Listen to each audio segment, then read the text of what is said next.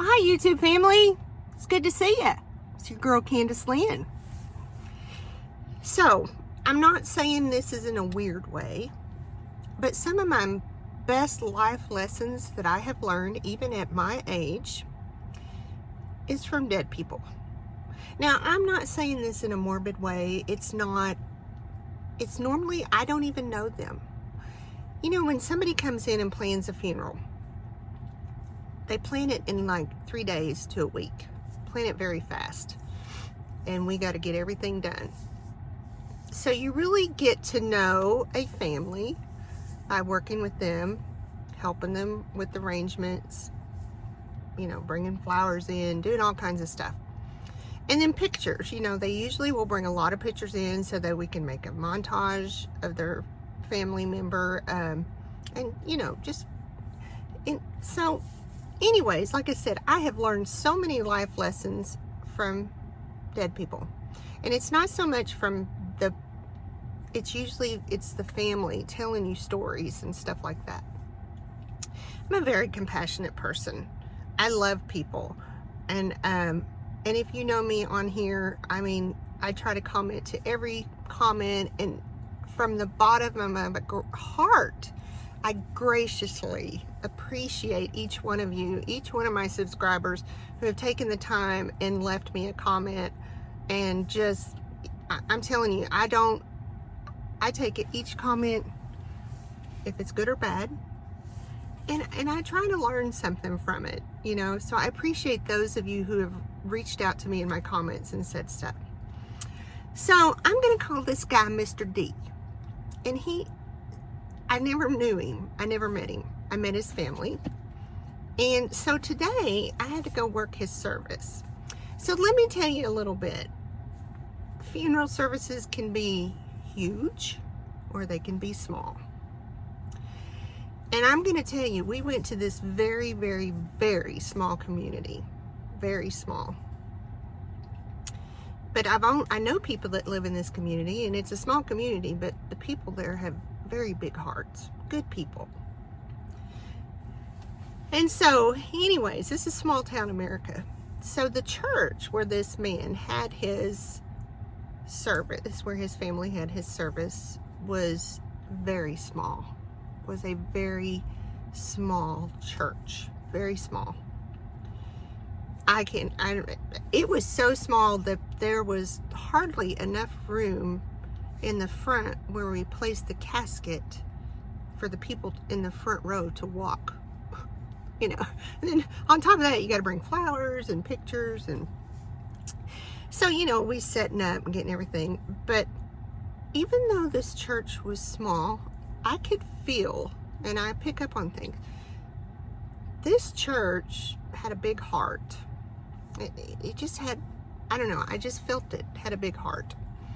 So as the people slowly started coming in, and it was a good crowd, and as they started slowly coming in, I talk to people, you know me, I tell people I could talk the ears off of a brass monkey. I mean, I like to talk if you want to talk to me. So as the people came in, and then the service went on, and, you know, I usually stand in the back and I'm passing out programs, and while my other coworkers are doing things, and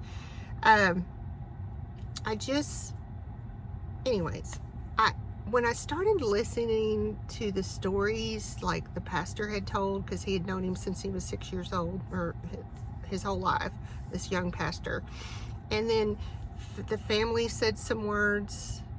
And let me tell you about Mr. D. Mr. D lived big. Now, he lived in this small town, but he had a big life.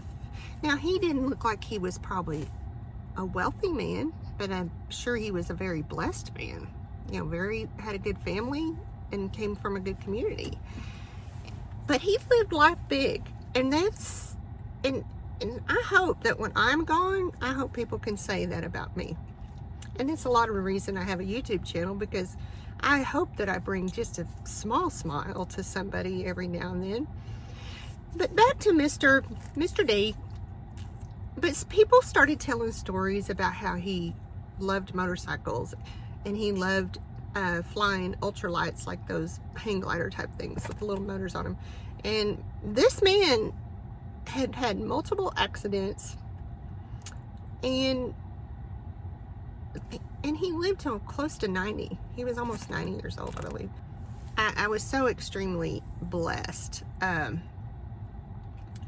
just listening to his story, and them talking about the things he did, and like I said, he'd hang glide, and he did this and he did that, and then he was a real joker. And so, like I told you, I never met this man before a day in my life, but I learned a very amazing life lesson from him. I learned that we need to live our life big. We need to live our lives out loud. And I tell people I'm at a point in my life that I don't really care what people think of me. I don't really care. I mean, this is my life, and some people may call it a midlife crisis, but I think that we need to take a lot of lessons from people who have passed on. And maybe this story don't mean much to you, but it meant a lot to me, because I thought, I want to be more like that. And when I leave this world, I want people at my funeral laughing. And they had played a funny song at his funeral, and the crowd, when the song came on, the crowd just started laughing, because this was him. This song just was him, just described him, and just what a character he was.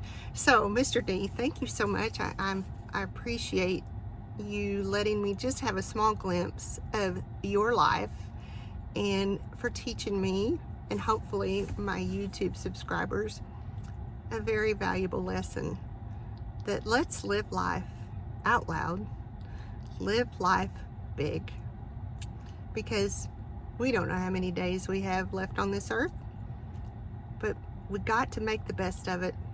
So, Mr. D, thank you. And I appreciate you for just sharing a little bit of your life with me and so many others. I really felt like I got to know him today, and I never met him a day in my life, but I could tell you what he looked like, his hair, and just, he just seemed like a really cool person. And after meeting all of his friends and family and listening to the stories in this very small church, in this very small community, this church and this community had one of the biggest hearts, and I'm just going to leave it at that, because it just really touched me, and I wanted to share that with you. Live big, live out loud. It's your life.